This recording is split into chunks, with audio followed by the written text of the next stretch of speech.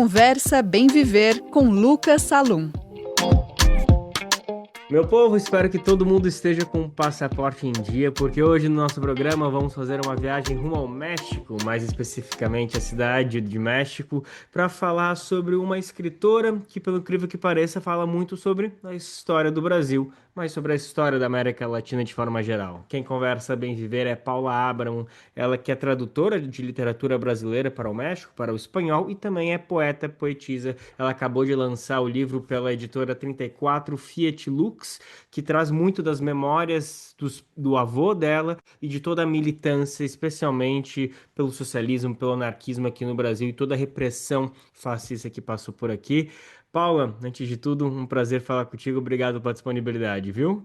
Lucas, o prazer é todo meu e eu que agradeço. Maravilha, a alegria é toda nossa, Paula. Bom, vamos começar falando logo sobre esse título antes de adentrar um pouco na história, porque para mim já foi super familiar. Quando eu vi o Fiat Lux no nome, gente, será que é a marca de fósforo ou eu que não tô pegando a referência? E de fato é.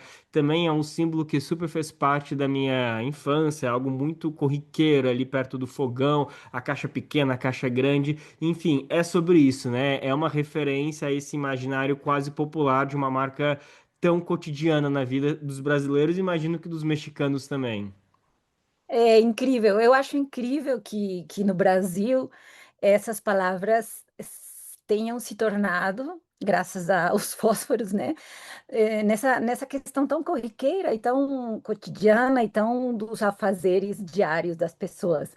Aqui no México não temos esses fósforos, é que eles não circulam por aqui, então o título do livro já soa como uma coisa assim meio mística, religiosa, e é percebido de outra maneira, até o momento em que a pessoa entra no livro e entende que o símbolo religioso, né, aquelas primeiras palavras que, segundo a teologia judeu-cristã, não foram ditas para o mundo acontecer, para o mundo existir, é, elas viram algo pequeníssimo, né, que é o fósforo, elas meio que se encolhem, mas ao mesmo tempo eu gosto de pensar, e isso eu tentei fazer no livro, que um fósforo, por pequeno que pareça, por cotidiano, né, por insignificante que possa parecer, ele também carrega muita história, muita importância, muita simbologia. Então, foi mais ou menos por aí que eu tentei, pegar a história do fósforo.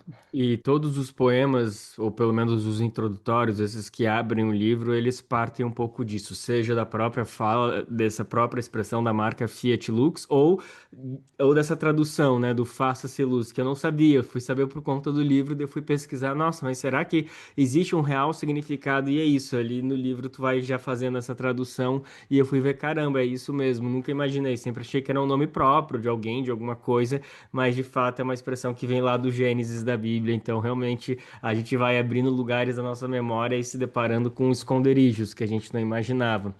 Mas, Paulo, agora fala um pouquinho mais sobre esse enredo que acaba sendo, de certa forma, uma homenagem ao seu avô, o Fúvio Abramo, e até me corrige, porque, assim, na verdade, em português a gente fala Abramo, mas talvez em espanhol seja Abramo, enfim, eu sei que tem um pouquinho uma diferença de acentuação nessa tradução, então tu já me corrige logo, mas fala, primeiro conta um pouquinho dessa história que no final ela é muito inspirada, o livro, os poemas são muito inspirados em memórias familiares escritas pelo seu avô nessa relação entre vocês, né?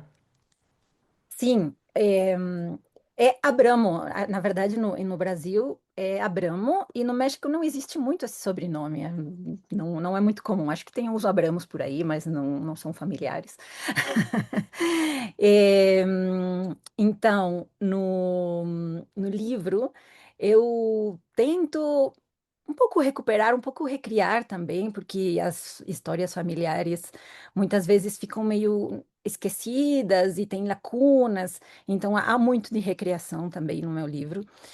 Mas eu tento recuperar umas histórias que eu conheci a partir de, por um lado, memórias familiares, relatos, histórias que a família contou para mim, minha mãe, minha tia Renata, meu pai, né, foram contando algumas histórias de cenas da família, que por um lado eram cenas bem cotidianas, e por outro lado, elas estavam sempre atravessadas pela política, né? Porque a minha família participou em várias gerações de diversos movimentos sociais no Brasil.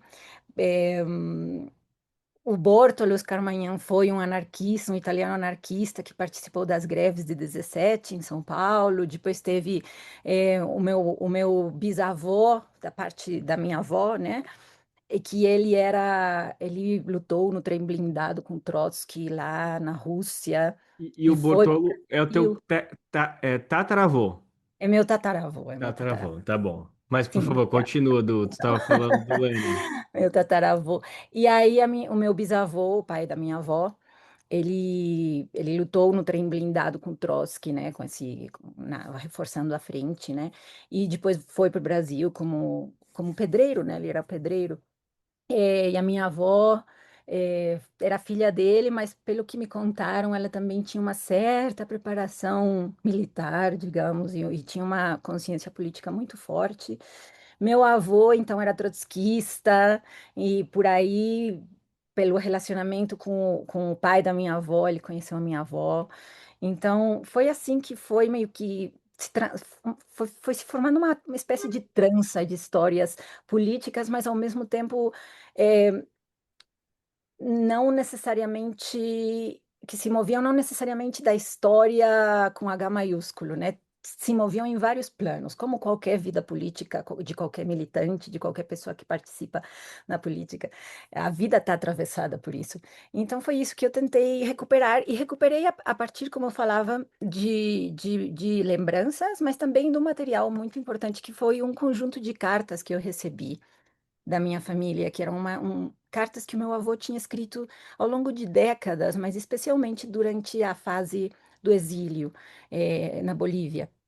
Meu avô era trotskista, então ele participou, liderou a Frente Única Antifascista, que teve esse enfrentamento nos anos 30 na Praça da Sé, em São Paulo, que dispersaram uma manifestação do integralismo, né?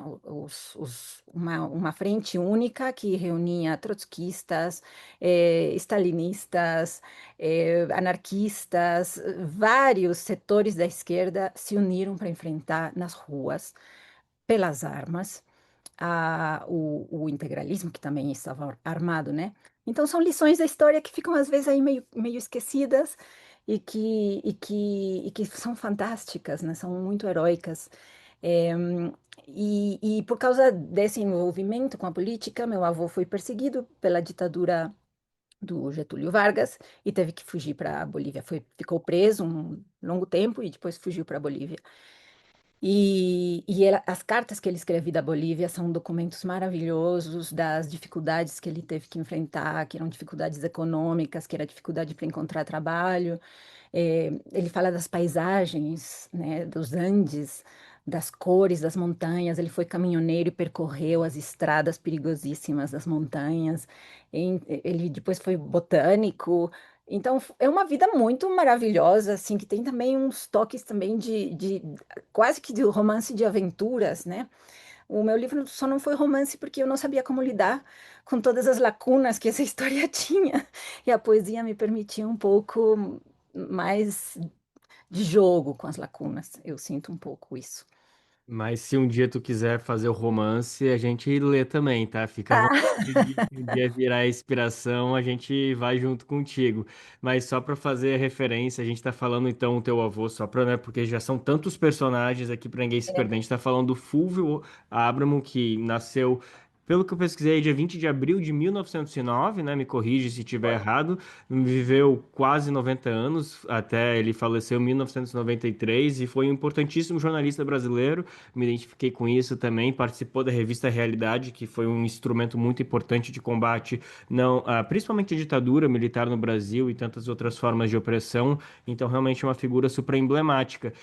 Paula, a gente já começou na Itália, foi para a União Soviética, chegamos no Brasil, fomos para Bolívia, agora falta chegar no México. Como que a tua família desagou no México e tu nasceu aí? Então, meu pai também se envolveu com política na época da ditadura militar, dos anos 60, né? E ele veio ao México, ele foi preso várias vezes, era estudante, ele era muito jovem, muito, muito jovem, foi preso ainda adolescente e veio ao México aos 21 anos. Depois de passar um período de mais ou menos 3 meses no DOPS em São Paulo, e ele era estudante, nem era liderança, era um estudante que participava da organização de algumas marchas, enfim. E ele foi preso nas passeatas, nas manifestações em solidariedade com os operários de Osasco, em 68.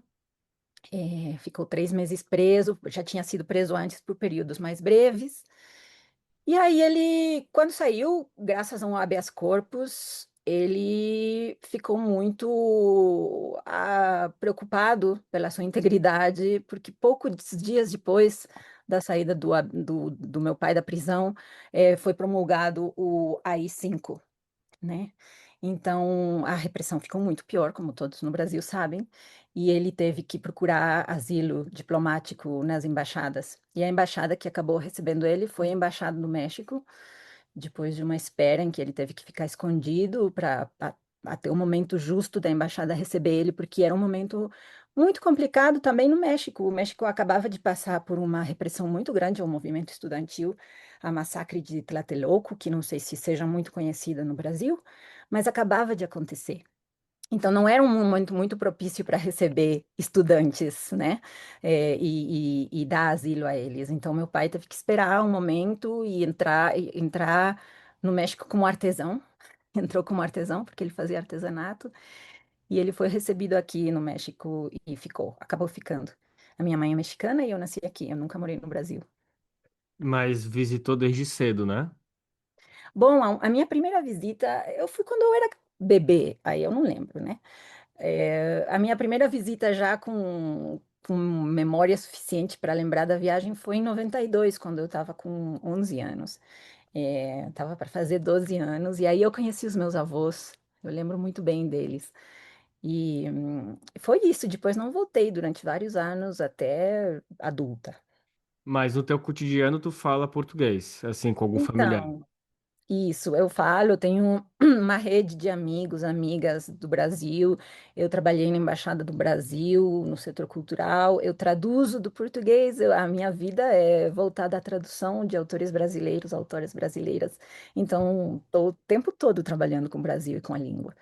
Assim, eu sabia dessa tua trajetória, né, como desse teu trabalho como tradutora, mas é que impressiona muito a tua fluidez no português mesmo, porque eu tenho muitos amigos, não necessariamente mexicanos, mas argentinos, uruguaios, e mesmo aqueles que falam bem português, tu percebe na hora que eles, enfim, não são brasileiros, que eles ainda carregam muito, da mesma forma quando eu vou falar espanhol, é muito notório, às vezes as pessoas acham que eu até, sei lá, sou europeu de algum outro lugar, de tão estranho que é, porque embora o português e o espanhol sejam línguas muito parecidas, realmente palavras idênticas, a pronúncia, em muitos casos, até por isso que eu falei do sobrenome, é completamente distinta, a ponto de parecer que às vezes tu é uma pessoa que tá falando que tu é alemão e tá aprendendo português ou espanhol, de tão, enfim, difícil, e não é o teu caso, tu fala com uma fluidez que parece que tu nasceu no Brasil e tá vivendo bastante tempo no México, enfim, mas eu Poxa, imagino muito obrigada. eu imagino que esse teu contato diário com a poesia, com a literatura de forma geral, brasileira, de alguma maneira também te ajuda a familiarizar esses diferentes sotaques, né? Sim, ajuda muito. E, bom, a tradução sempre ajuda, né, a fazer um contraste entre as línguas e a questionar também o que a gente naturaliza constantemente no trabalho das línguas. Então, ajuda muito também a aprender. Aliás, eu queria agradecer o meu tradutor, que é Gustavo Pacheco, que fez uma tradução muito cuidadosa do livro para o português.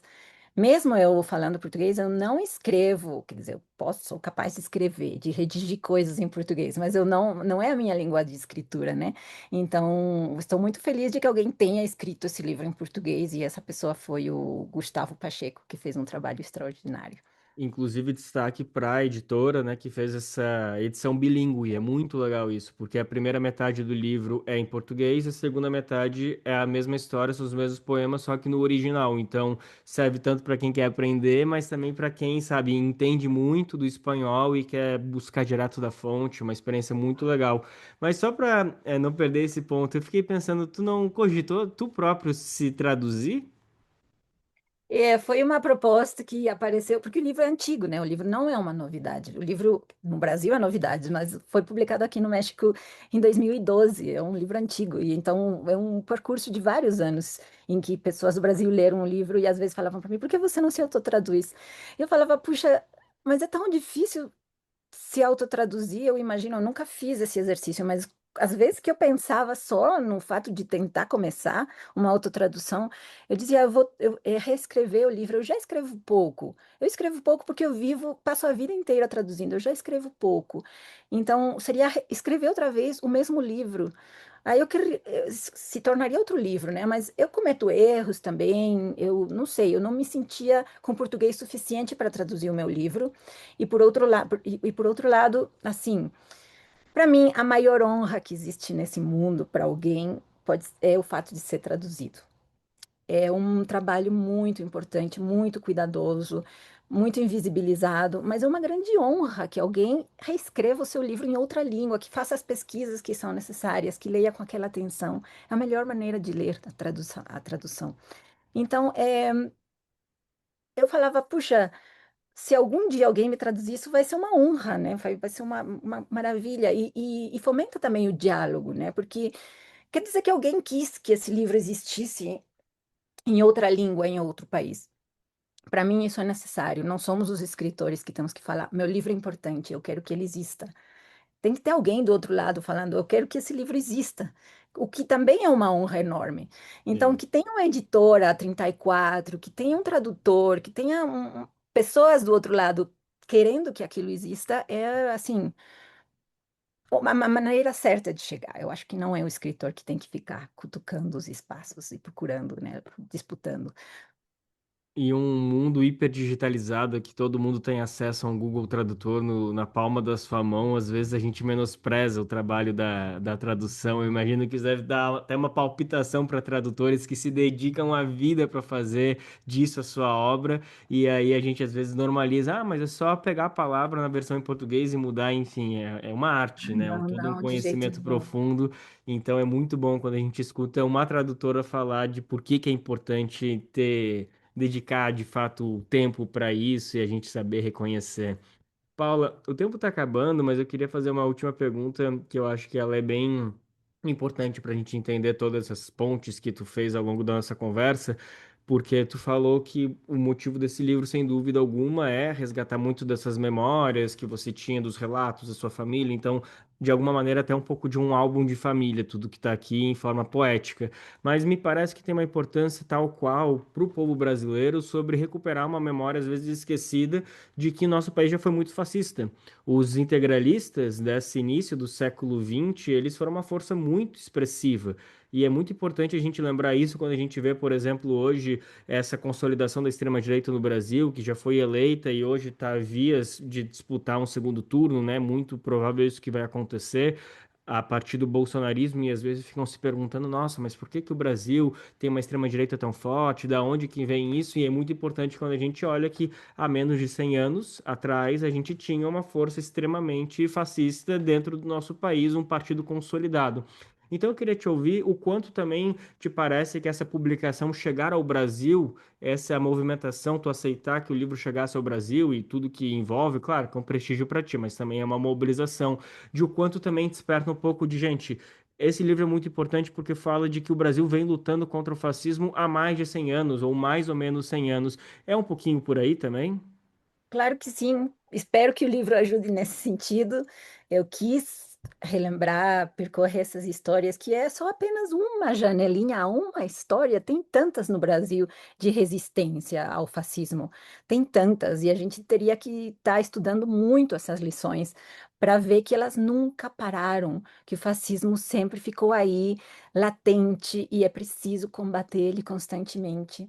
E o que me deixava muito pasma nas histórias desse caso, dessa família, era que as lutas não paravam, que as lutas continuavam, eram vidas que lutaram o tempo todo, em diversos níveis, nos mais pequenos, no território também do jornalismo, como você falou, que é super importante, né? O papel do jornalismo, mas também o papel da luta nas ruas, a organização com os setores trabalhadores, né? Então, isso é uma coisa que não ficou no passado, que eu acho que de alguma maneira sempre está aí, assim como o fascismo está aí, e tem que ser combatido, ele tem que ser combatido constantemente, porque a ameaça dele voltar é sempre muito presente.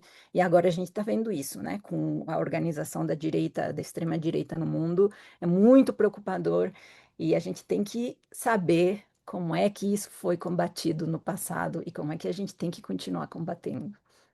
Maravilha. Minha gente, essa é a Paula Abramo, ela que é tradutora de literatura brasileira para o México, enfim, para outros países de língua espanhola e que está desfilando na Praça de Livro Novo no Brasil, porque esse livro já foi publicado há mais de 10 anos, mas agora pela editora 34 todo mundo tem o prazer de saber um pouco mais sobre a história do Brasil, principalmente no que diz o combate ao fascismo e também as articulações anarquistas e socialistas que vingaram aqui no início do século XX. O livro se chama Fiat Lux, é assim uma homenagem, uma lembrança, um carinho desse fósforo que foi tão onipresente na família de tantas pessoas e que ainda está aí, né? A gente tem agora já tantas tecnologias, já tem a inteligência artificial, mas o fósforo segue como uma tecnologia de resistência. Faltou até falar um pouco sobre isso, né? Como tem tecnologias do passado que seguem extremamente atuais e como provavelmente muitas outras coisas também vão perpetuar por mais que a tecnologia avance a braços dados e fortes.